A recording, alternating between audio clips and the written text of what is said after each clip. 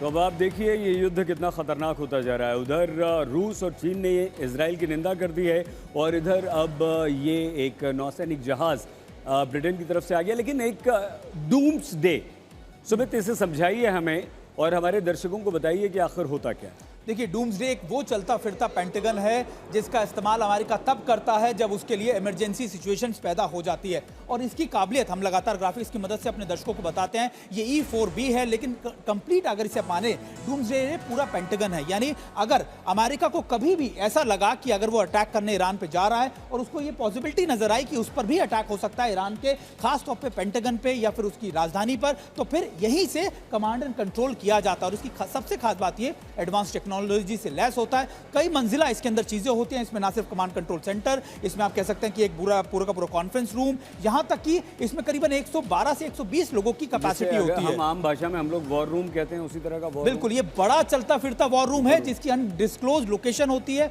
इसके बारे में किसी को जानकारी नहीं होती। मूवेबल होता है। बिल्कुल बिल्कुल, हवा में आपको याद होगा 9/11 के दौरान भी इसका इस्तेमाल खासतौर पर अमेरिका ने किया था जब लगातार बड़े अटैक्स को इनिशिएट करना था।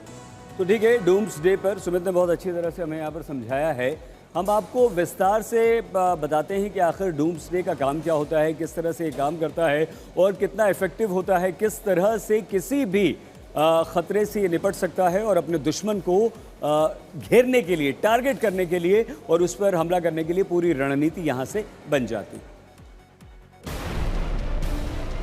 जब दुनिया के किसी कोने में महाविनाशक न्यूक्लियर हथियारों का इस्तेमाल हो रहा हो, जब अमेरिका की वजूद के खात्मे का खतरा हो, जब अमेरिका को कयामत के दिनों का एहसास हो, तब आसमान में नजर आता है डूम्सडे प्लेन।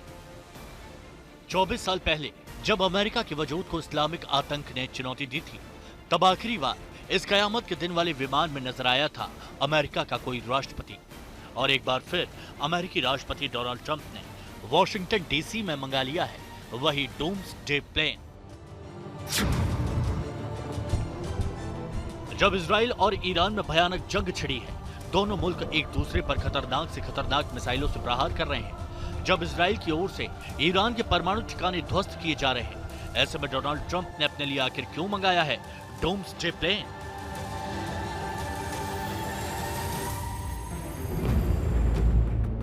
डिफेंस एक्सपर्ट और एविएशन एक्सपर्ट्स ने बताया कि अमेरिका का यह बेहद विशेष विमान मंगलवार की रात ही वॉशिंगटन DC यानी ट्रंप के शहर में जॉइंट बेस एंड्रयूज पर लैंड किया है। इसकी उड़ान बेहद असामान्य बताई जा रही है क्योंकि ये शेवेपोर्ट लुइसियाना के बॉक्सडेल एयरपोर्ट बेस से उड़कर वॉशिंगटन के बाहर एक चक्कर लगाने के बाद अप्रत्याशित रूट से वॉशिंगटन पहुंचा है।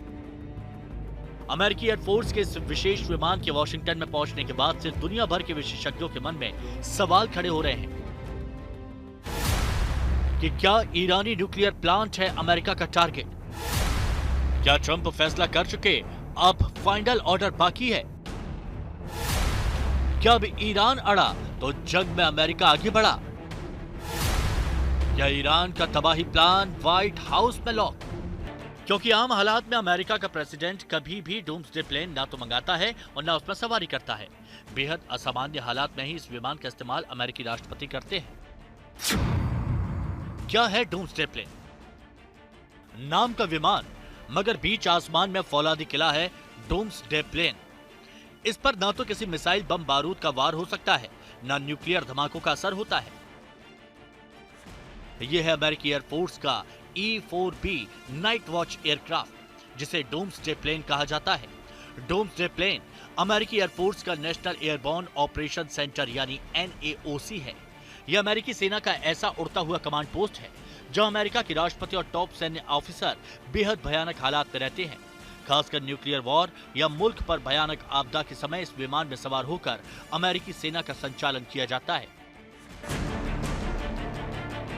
हालांकि ऐसे 4 विमान अमेरिका के पास हैं, उसमें से एक विमान हमेशा तैयार रहता है जो VIP लोगों को लाने ले जाने या दूसरे मिशन पर उड़ता रहता है।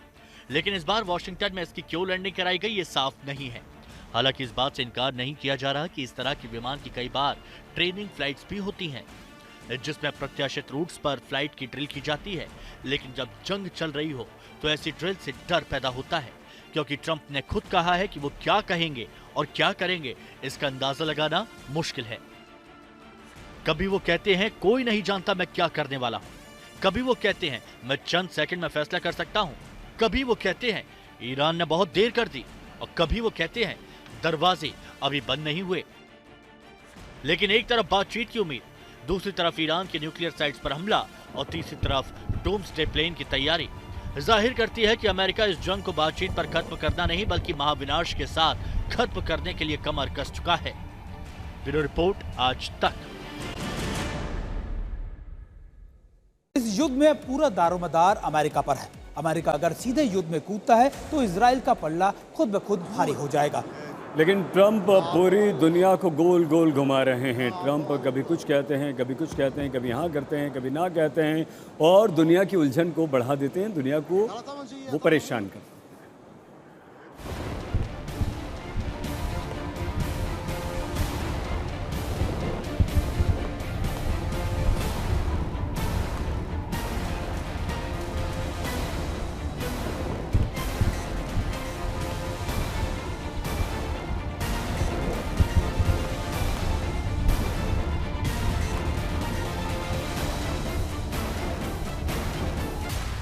ईरानी न्यूक्लियर प्लांट अमेरिका का टारगेट।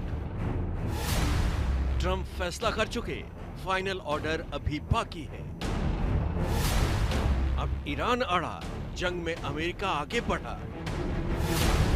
ईरान का तबाही प्लान व्हाइट हाउस में लॉक।